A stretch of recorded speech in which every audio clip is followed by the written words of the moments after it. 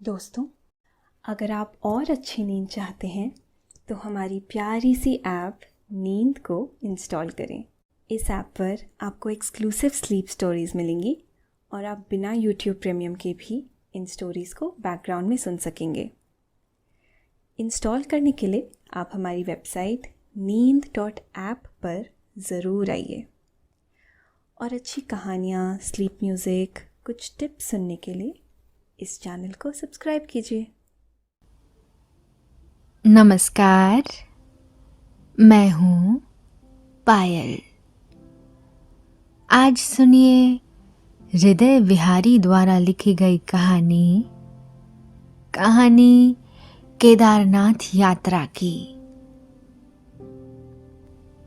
स्वर्ग कहो या केदारनाथ, बात तो एक ही है। प्राकृतिक सौंदर्य और भक्ति का ऐसा बेजोड़ उदाहरण कहीं और देखने को नहीं मिल सकता जैसा केदारनाथ की उस घाटी में देखने को मिलता है। शाम की वो आरती जिसमें रंग बिरंगी छटा से चमकता केदारनाथ मंदिर, उसके पीछे बर्फ से ढके पर्वत, हाथ में आरती की थाली लिए मंदिर के दरवाजे से निकलते महंत और साथ ही में घंटी बजाते पुजारी गण। थोड़ी देर पहले यहाँ बहुत ठंड थी, पर शिव भक्ति का ऐसा प्रभाव दिखा कि सब उन्मुक्त भाव से महादेव की आरती गा रहे हैं। सब लोग तालियां बजा रहे हैं। कुछ की आंखों में आंसू हैं तृप्ति के, खुशी के, सब कुछ पा लेने के, और भाव सब कुछ छोड़ देने जैसा। कुछ कुछ शिव जैसा भाव, निर्मोही। आरती की समाप्ति के बाद हर हर महादेव के उद्घोषों से गूंजती केदारनाथ घाटी ऐसा प्रतीत ही नहीं होता है कि आप भूलोक में हैं। 5 केदारों में सबसे महत्वपूर्ण केदारनाथ की यात्रा करना लगभग हर भारतीय का स्वप्न है, और ये किसी एक विशेष आयु वर्ग तक ही सीमित नहीं है। युवा हो या बुजुर्ग, पुरुष हो या स्त्री, हर कोई चाहता है शिव का सानिध्य। हर कोई चाहता है केदारनाथ जाना। आज हम चलेंगे उस अनन्य धाम की यात्रा पर जिसे उत्तराखंड के 4 धामों में से एक और भगवान शिव के 12 ज्योतिर्लिंग में से होने का सौभाग्य प्राप्त है। चलिए शुरू करते हैं आज की कहानी, जो आपको लेकर जाएगी केदारनाथ। लेकिन उससे पहले आप अपने आसपास की सारी लाइट्स ऑफ करके आराम से लेट जाएं। अपनी आंखें धीरे से बंद कर लीजिए।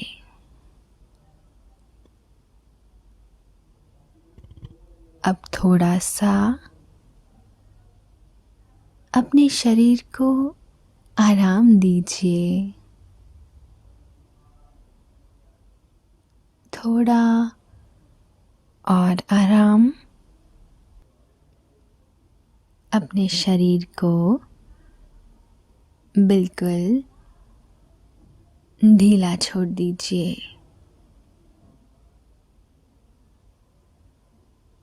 कोई टेंशन नहीं, कोई तनाव नहीं। अपने दिमाग में चल रहे सभी विचारों को, चिंताओं को त्याग दें। एक शांति सी महसूस करें।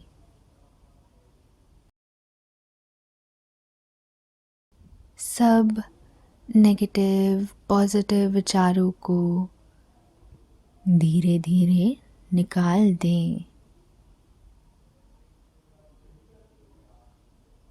और अपने हाथों को सीधा करके अपनी कमर के साइड में रख लीजिए। ढीला छोड़ दीजिए अपने शरीर के हर अंग को। कमर और कंधों के तनाव को खत्म कर दीजिए। भूल जाइए आज जो भी दिन भर में हुआ। भूल जाइए। ये रात्रि आपकी है, आपके अंतर्मन को संवारने की। अब अपनी सांसों पर ध्यान लगाएं। इसको धीमे या तेज नहीं करना है, बस ध्यान देना है कि कैसे वो आपके नाक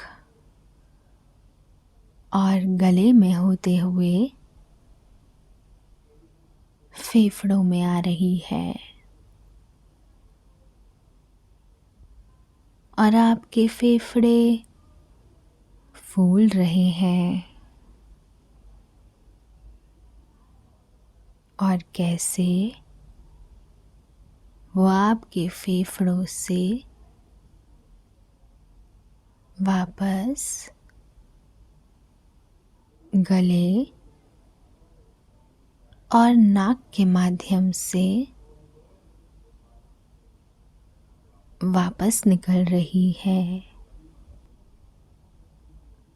और आपके फेफड़े थोड़े सिकुड़ रहे हैं।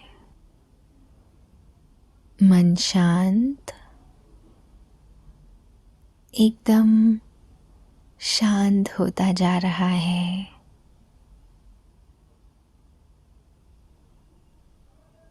आप अच्छा महसूस कर रहे हैं। खुद को काफी हल्का फील कर रहे हैं। सब तरफ शांति है, सुकून है, खामोशी है।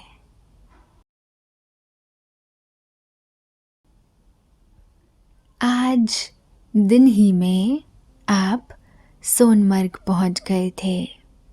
देख पा रहे थे कि सोनमर्ग ही कितना सुंदर है। तो आगे की यात्रा तो बस कमाल की ही होने वाली है। आंखें बंद करते ही याद आता है जब आपने पहली बार केदारनाथ धाम का नाम सुना था।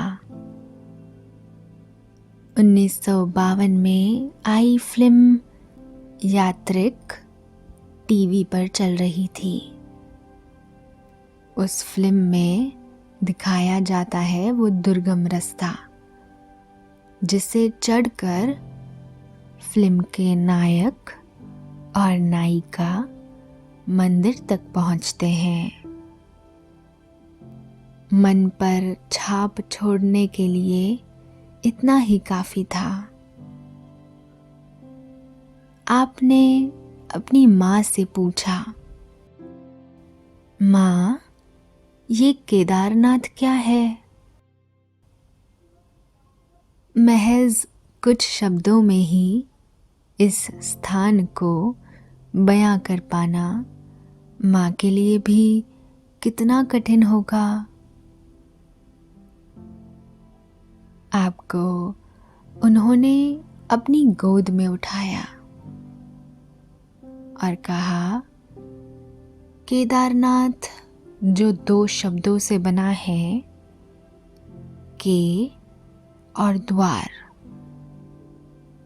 के का मतलब होता है मुक्ति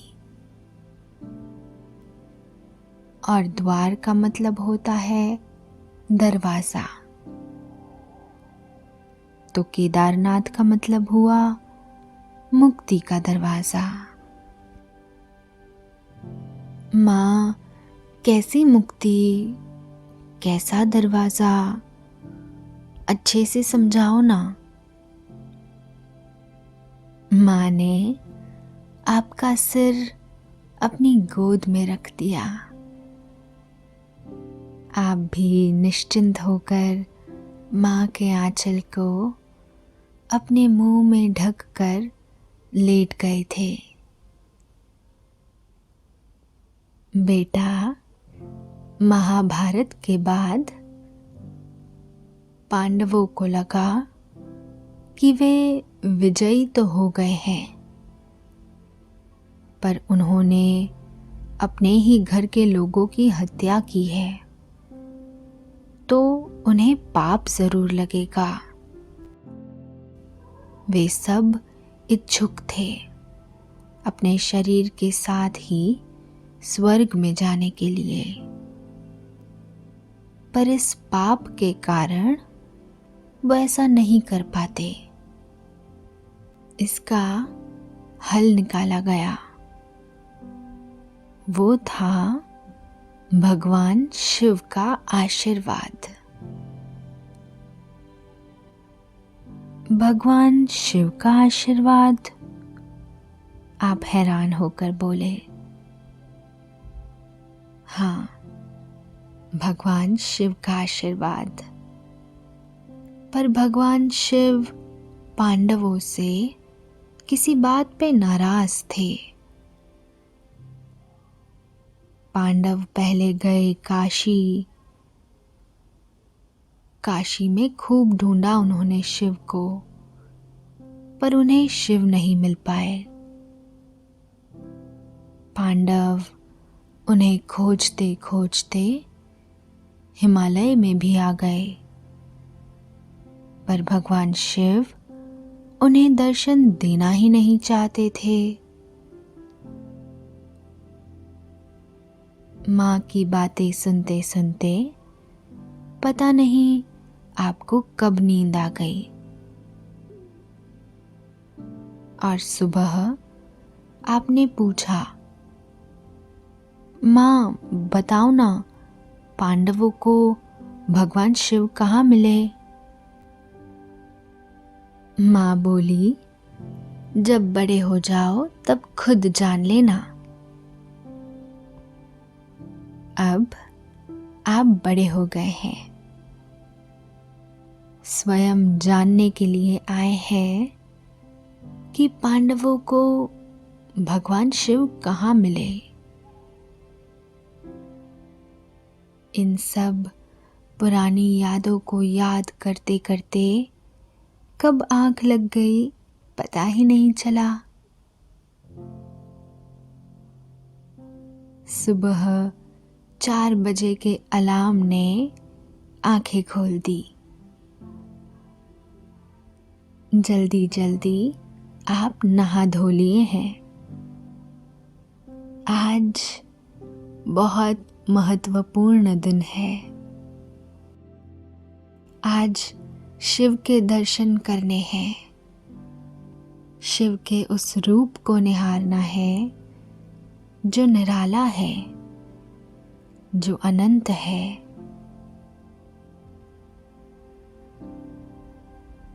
सोनप्रयाग के उन सुंदर दृश्यों को जो हमने कल देखे थे, अभी तक रोशनी ना होने के कारण हम देख नहीं पा रहे हैं,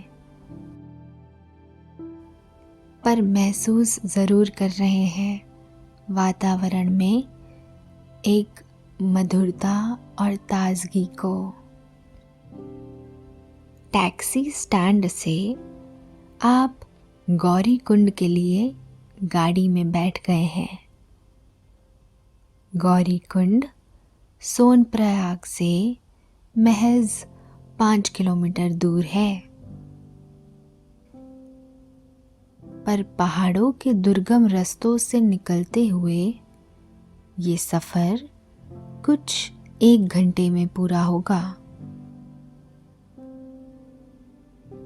चलते हुए अभी थोड़ी ही देर हुई है कि सूर्यदेव अपनी लालिमा के साथ आसमान पर चमक उठे हैं। नारंगी रंग की वो छटा जो दूर कहीं पहाड़ों से निकल रही है, जैसे जैसे सूर्योदय हो रहा है, दूर दूर पहाड़ों की हरियाली अपने शबाब पर पहुंच रही है। इन घाटियों से निकलते निकलते मन बच्चों जैसा उत्साहित हो रहा है। कुछ बहुत अच्छा होने वाला है और बहुत सुंदर हो रहा है। इस बीच हमारा मन खुशी के मारे नाच रहा है। कितने सालों की प्रतीक्षा के बाद केदारनाथ जाएंगे। मन से आवाज आती है, हर हर महादेव, हर हर महादेव। वो मन की आवाज कैसे जुबां पर आ जाती है और सहसा मुख से निकल पड़ता है, हर हर महादेव। साथ बैठे सवारियां भी आपकी तरह अपनी भावनाओं को रूप देती है और कहती है, हर हर महादेव।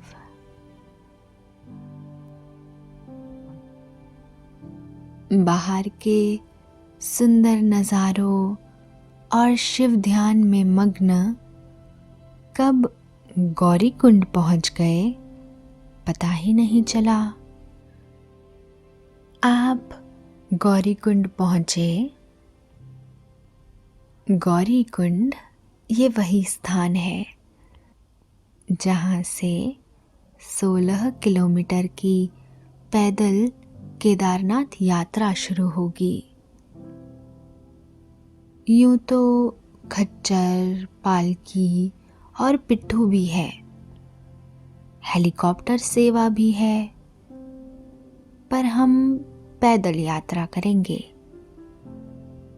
सुना है यहाँ की कहावत है, जितनी मंजिल सुंदर है उतना ही सफर भी। तो कैसे इस मनमोहक सफर को यूं अधूरा छोड़ देंगे।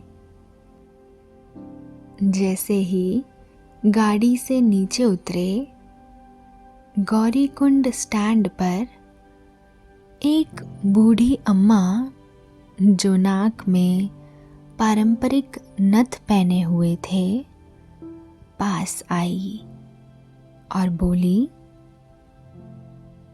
गौरी कुंड आए हो तो गौरी कुंड जरूर जाना।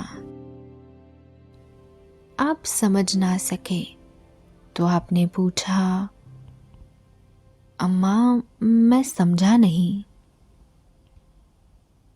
अम्मा ने कहा, तुमने वो कहानी तो सुनी ही होगी जिसमें पार्वती शिव से शादी करने के लिए तपस्या करती है।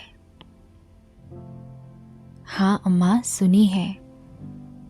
शिव से ब्याह करने के लिए घोर तपस्या की थी पार्वती ने। तो अम्मा ने कहा, यहाँ से तुम आगे जाओगे तो तुम्हारे रास्ते में ही एक मंदिर है, जिसके नाम पर इस जगह का नाम गौरी कुंड है। वहाँ गौरा यानी पार्वती ने तपस्या की थी। तपस्या शिव को पाने के लिए। एक कुंड यानी तालाब भी है वहाँ, जिसका पानी गर्म है। आंखें चमक उठी है। जो कहानियाँ आप बचपन से सुनते आ रहे थे, आज वो आपकी आंखों के सामने है। अपनी गफलत में ही खोए हुए आप जब होश में आए, तब वहाँ वो बूढ़ी अम्मा नहीं थी, पर आपके पास एक और जगह थी जाने के लिए। अभी सुबह के 6:30 बजे थे। कांधे पर बस्ता लिए आप चल पड़े गौरी कुंड की ओर। गौरी कुंड मंदिर से कुछ 2 किलोमीटर दूर था एक सुंदर सा कुंड। वहां पहुंचकर आप आचमन कर रहे हैं और उसके बाद उस छोटे से पर सुंदर से मंदिर के दर्शन कर महसूस कर रहे हैं कैसे देवी ने अपने आप को अर्पित किया था भगवान शिव के लिए। अब यहाँ से शुरू होती है हमारी ट्रैकिंग। ट्रैकिंग मोक्ष के द्वार के लिए, केदारनाथ के लिए।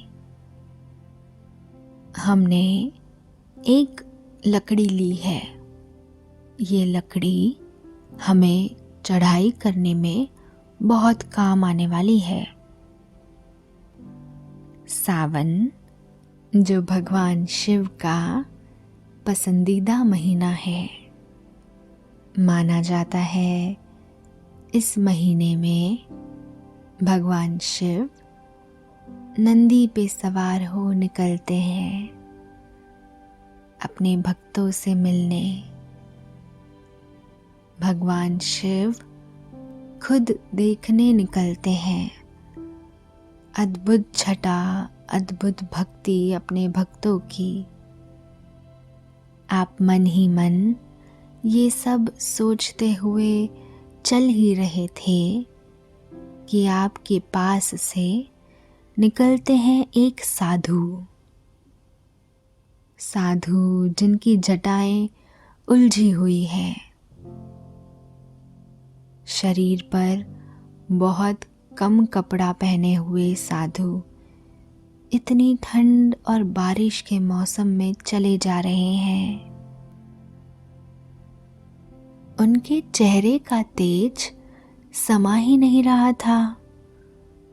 आपके मुख से अनायास ही निकल पड़ता है, हर हर महादेव।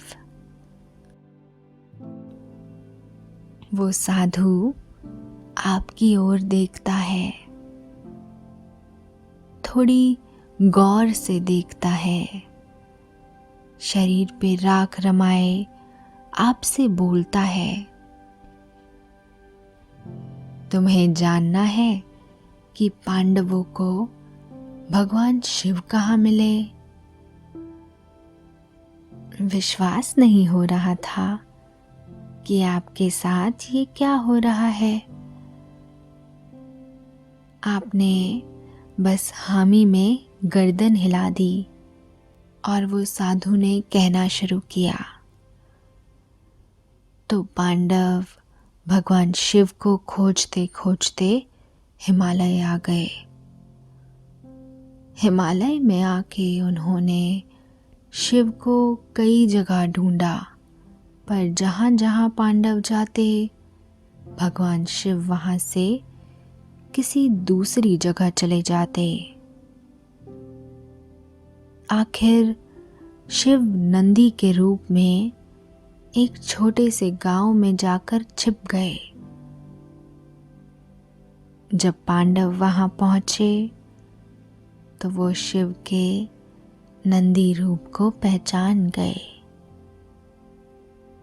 शिव के उस रूप को पहचानने के बाद जैसे ही पांडवों ने उन्हें पकड़ना चाहा, जैसे ही वे उस नंदी रूपी शिव के पास आए, शिव धरती में समा गए।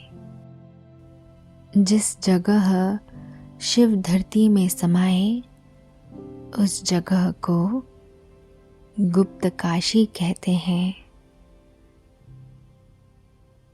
गुप्त काशी वो जगह है जहाँ शिव अंतर्ध्यान हुए। आज विश्वेश्वर मंदिर की तरह पूजी जाती है। आप ध्यान से उस बाबा की बात सुन तो रहे थे, पर अचानक एक साइन बोर्ड जिस पे लिखा था जंगल चट्टी में आपका स्वागत है,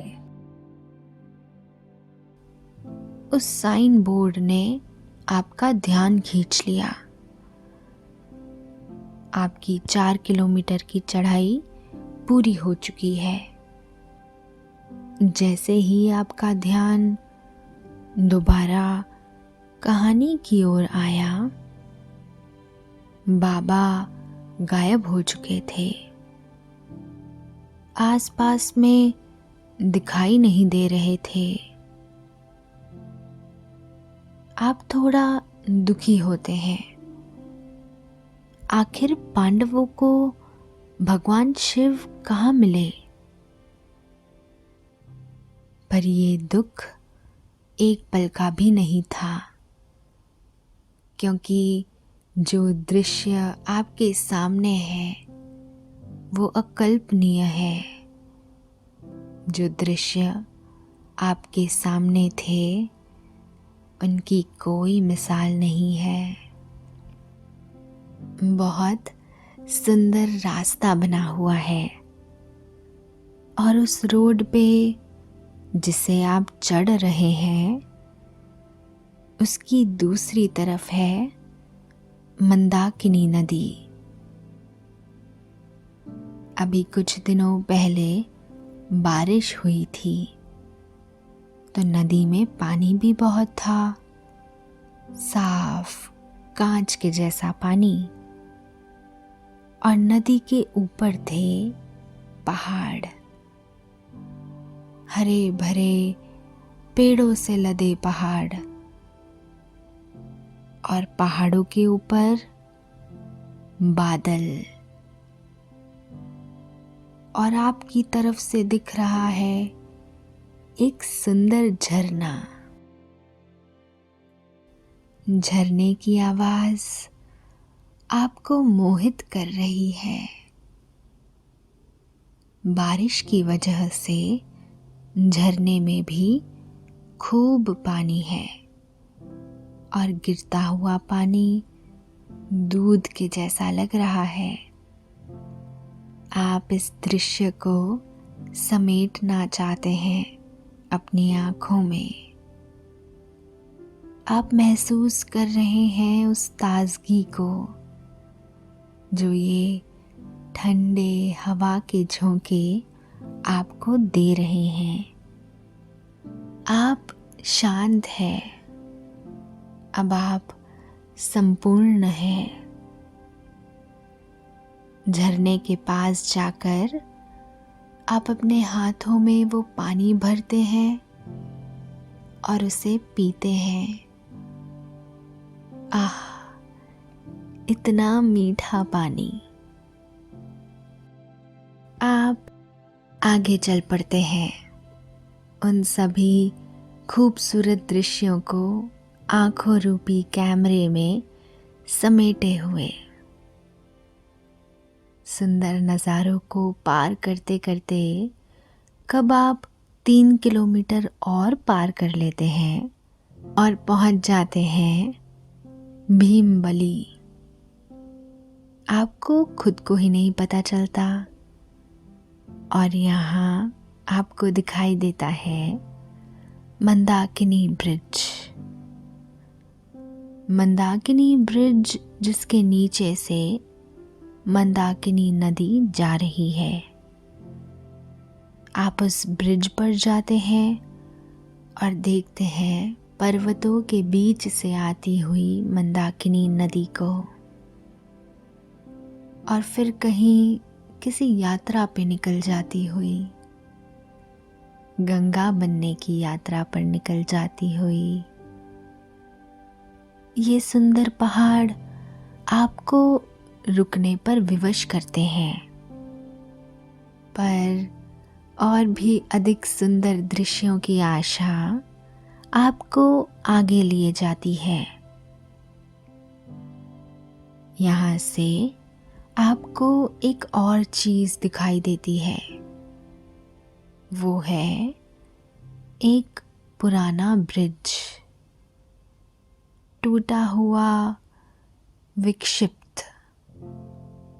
ये है रामबाड़ा का ब्रिज।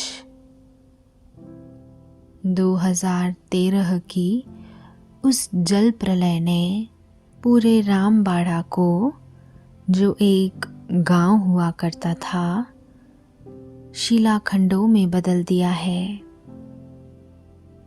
खैर, ईश्वर की इच्छा मानकर आप आगे चलते हैं, आगे करते हैं आपकी यात्रा। अब इस जगह से दृश्य अलग हो जाते हैं। जो थोड़ा बहुत कृत्रिम सौंदर्य था वो ब्रिज के बाद प्राकृतिक सौंदर्य में बदल जाता है। इस स्थान के बाद चारों तरफ पहाड़ दिखाई देते हैं, सुंदर बर्फ से ढके पहाड़। पहाड़ों के बीच से बहती मंदाकिनी नदी और सुंदर झरने।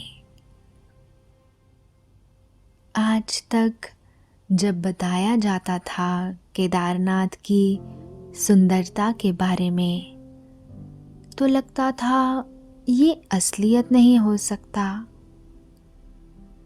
ये सब तो कल्पना लोक में ही होता होगा।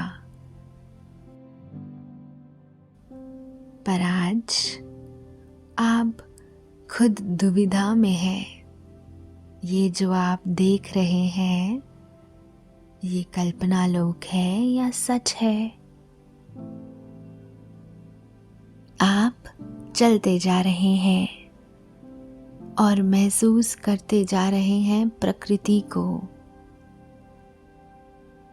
ऐसा लग रहा है जैसे भगवान शिव यहाँ केदारनाथ के रूप में है, तो शक्ति यहाँ प्रकृति के रूप में है। अब आप 4 किलोमीटर चलकर लिंचौली पहुंच गए हैं। लिंचौली पहुंचते ही आपको पीछे से आवाज आती है, जानोगे नहीं आखिर पांडवों को शिव भगवान कैसे मिले? आप अपने पीछे मुड़ के देखते हैं, वही साधु जो यात्रा के शुरुआत में मिले थे, खड़े मुस्कुरा रहे थे। आप एक उत्सुक बच्चे की तरह उनके पास जाते हैं और कहते हैं, हाँ, बताइए। साधु बताते हैं, गुप्त काशी से निकलकर शिव नंदी के रूप में पहुंचे केदारनाथ की भूमि पे। वही भूमि जो सतयुग समय भगवान विष्णु ने शिव को प्रार्थना की थी केदारनाथ में आने के लिए। वहाँ जैसे ही पांडव पहुँचते हैं भगवान शिव के नंदी रूप से मिलने के लिए, तो भगवान शिव वहाँ सैकड़ों जानवरों में जाकर मिल गए। पांडव परेशान, अब आखिर भगवान शिव को ढूंढे कैसे। तब भीम ने एक योजना बनाई। वो दो बहुत बड़े बड़े शिलाखंडों पर एक एक पैर रखकर खड़े हो गए। बाकी सब जानवर तो उनके पैरों के नीचे से निकल गए, पर ऋषभ रूपी शिव ने भीम के पैरों के नीचे से निकलना नहीं स्वीकारा। बस इतना ही जानना था कि भीम उस ऋषभ को पकड़ने के लिए झपटे, तो वो शिव रूपी ऋषभ धरती में समाने लगे। पर उस ऋषभ की पीठ भीम ने पकड़ ली। पांडवों की लगन से शिव भगवान प्रसन्न हुए, उन्हें उनके पाप से मुक्त कर मुक्ति के द्वार खोल दिए। आपकी आंखें द्रवित थी केदारनाथ की ये कहानी सुन। तभी आपको दिखता है केदारनाथ मंदिर, वो ही केदारनाथ जिसकी कल्पना आपके रोज स्वप्नों में आती थी। वो ही केदारनाथ जिसके दर्शन को आप यात्रा करके आए हैं। आप द्रवित हो रहे हैं, आपकी आत्मा पवित्र हो रही है, आप समर्पण चाहते हैं और मंदिर की सीढ़ियों पर साष्टांग दंडवत प्रणाम करते हैं। और तभी सुनाई देती है शंख की ध्वनि। शंख के साथ साथ घंटियां और घड़ियाल। केदारनाथ मंदिर की शाम की आरती का समय हो चला है। बर्फ से ढके पर्वतों के आगे केदारनाथ अद्भुत है। केदारनाथ अप्रतिम है। केदारनाथ अजर है। केदारनाथ अमर है। आपके मुंह से निकल पड़ता है, हर हर महादेव। आप देखते हैं उस बाबा को जो आपके साथ थे, पर वो नहीं दिखे। पर आपको केदारनाथ दिख गए, जैसे भीम को दिखे थे। हर हर महादेव, जय शिव शंभू।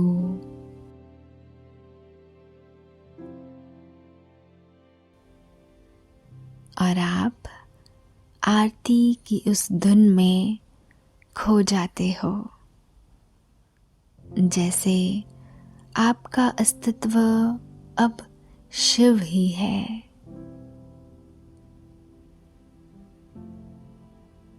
ये थी आज की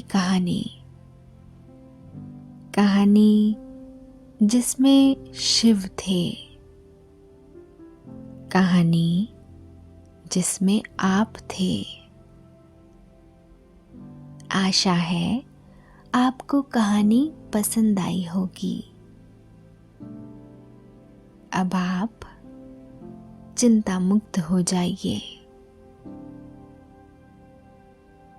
निद्रा देवी आपकी तरफ आ रही है। आपकी पलकें धीरे धीरे भारी हो रही है।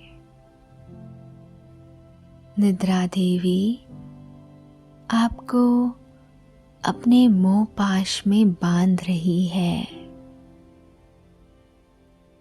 उन्हें स्वीकारें। सांसों पर ध्यान दें और शरीर को ढीला छोड़ दें।